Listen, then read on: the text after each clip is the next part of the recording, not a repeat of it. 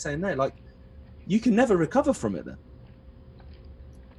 Well, it's one of the, shall we say, little frustrations to see yourself condemned as a conspiracy theorist and a nutter.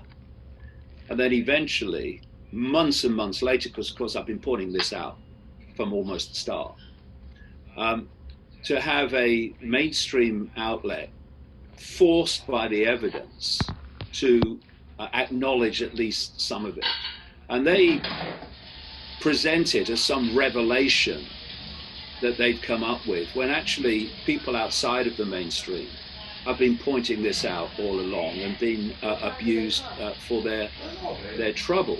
The whole thing is a mathematical, administrative scam supported by a test that is not testing for a virus.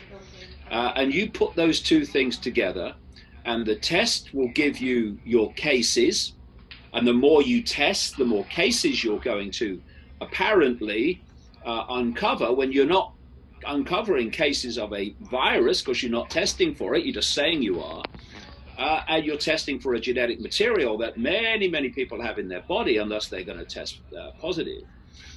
And that gives you your cases, and that's where all the, oh, look at the cases going up now, lockdown Leicester, because all the cases have gone up. Well, what have they been doing in Leicester and all these other places? They've been testing more. So they get more cases. Oh, look. But that's what's going on. That's how it's being done. And you produce the death figures by just redesignating other causes of death in the way you've described, and others, as COVID-19.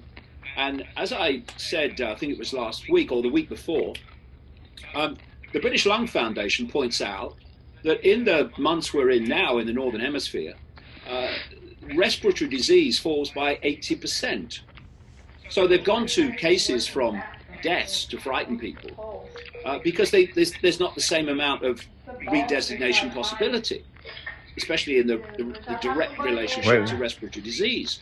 But once the winter months come and people start coughing and sneezing and getting flu and pneumonia, they're going to, of course, be hysterical. Everything that moves is going to be COVID-19, and they'll go back to terrifying people with deaths in the run-up to seeking to impose the vaccine. So it's all a scam.